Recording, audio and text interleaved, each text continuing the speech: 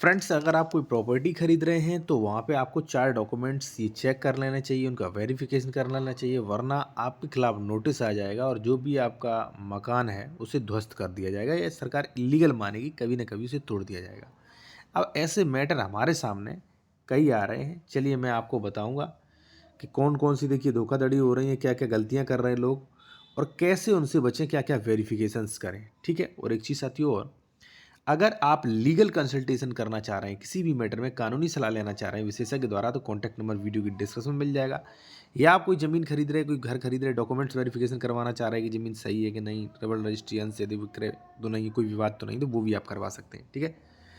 यहाँ पे साथियों आप देखिए, फर्स्ट जिला गोरखपुर, यहाँ पे पूरा दिया गया, आपको अवगत कराना है कि फलाने ग्राम तहसील गोरखपुर अराजी संख्या 228 गीडा के सुनियोजित विकास के लिए आरक्षित उक्त गाँव उसके अंतर्गत आता है, किसी भी प्रकार का निर्माण प्रतिबंधित है।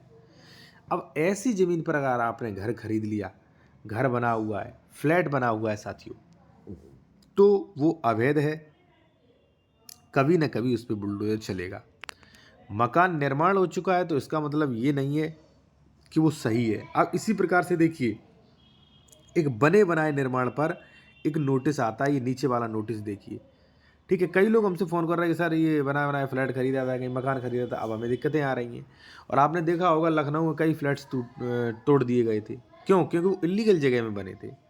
देखिए साथियों, आज उस पे दिक्कत नहीं है, लेकिन इसका मतलब ये नहीं कभी दिक्कत नहीं आएगी, इसलिए देखें आप। अभी मैं बताऊँगा डॉक्यूमेंट्स के बारे में। अब देखिए यहाँ पे साथियों क्या कहा है, नोटिस आया है, आपको नोटिस प्राप्ति के 2 सप्ताह के अंदर निर्माण हटवाना सुनिश्चित करें। यहाँ पे जिस पर दिया गया है, निर्माण कराया है, वो राजस्व ग्राम, ग्राम का नाम गाटा संख्या फलां में स्थित है, जो राजस्व अभिलेखों में इमारती लकड़ी के वन के रूप में दर्ज है। अब था क्या भाई, 463 में कई लोग भूमिधरी भी थे और 463 में इमारती वन थे। अब भूमिधरी लोगों ने अधिक कब्जा कर रखा था, इमारती वन वाली ज़मीन में जो है इन्होंने अपना फ्लैट्स वगैरह, मकान वगैरह बना रखे थे। अब नोटिस आ गया भाई जिसने खरीदा था कि ये तो भाई इमारती लकड़ी के रूप में दर्ज है। यदि आपको इस संबंध में कुछ कहना है तो औपचारिक प्रस्तुत करें, नहीं तो ये मान लिया जाएगा कि आप में उसमें कोई रुचि नहीं है और आपके विरुद्ध जो है लोक संपत्ति क्षति निवारण अधिनियम, नगर पालिका अधिनियम, यहाँ पे देखिए जो है इसके स्वयं जिम्मेदार होंगे आप। अब देखिए मकान के ऊपर ये नोटिस चस्पा किया गया, यहाँ पे आप देख सकते हैं ब्लैक ब्लैक यहाँ पे ये दाग से लग रहा है, मकान के ऊपर चस्पा कर दिया है। तो कहने का मतलब साथियों है, अगर आप मकान फ्लैट खरीद रहे हैं तो ये बिल्कुल निश्चिंत मत रहे हो कि खरीदिए कि कोई दिक्कत नहीं आएगी। कुछ चीज़ें आपको चेक करना चाहिए। अब चेक क्या क्या करना चाहिए, चलिए मैं आपको बताता हूँ।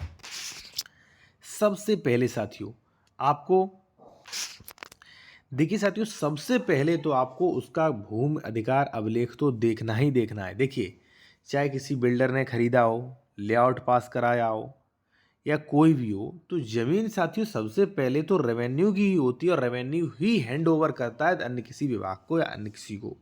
तो सबसे पहले तो आपको ये देखना चाहिए कि खतौनी में उसका श्रेणी नंबर क्या है, खातेदार का वर्ग क्या है, कोई उस पर केस तो नहीं चल रहा है, कितना एरिया था, सबसे पहले। दूसरा साथियों आपको ये चेक करना चाहिए कि इस पे एनओसी, कोई नोटिस वगैरह, किसी का लोन वगैरह तो नहीं है। तीसरे नंबर पे साथियों आपको चेक करना चाहिए लेआउट, ठीक है ना? लेआउट भी चेक करना चाहिए। आपको 14380 भी चेक करना चाहिए।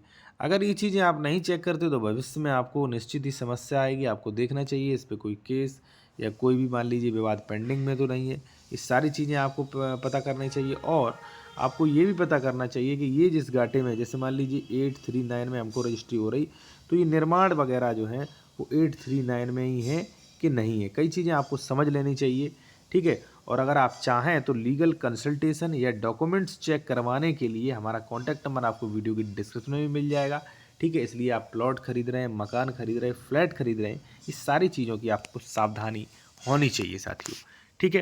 क्योंकि खतौनी ही अपने आप में कई होती है। कई बार जो है 839 में भूमिधरी भी होते हैं, 839 में ग्राम सभा भी होती है, 839 में अन्य सरकारी प्राधिकरण भी होते हैं, ठीक है? तो ये सारी चीज़ें आपको सोच समझ के ही आपको खरीदना चाहिए, क्योंकि आप प्रॉपर्टी में बहुत सारा पैसा इन्वेस्ट करते हो, उसके बाद अगर मान लीजिए ये नोटिस आते हैं तो कहीं ना कहीं प्रॉब्लम तो लोगों को होगी, ठीक है साथियों?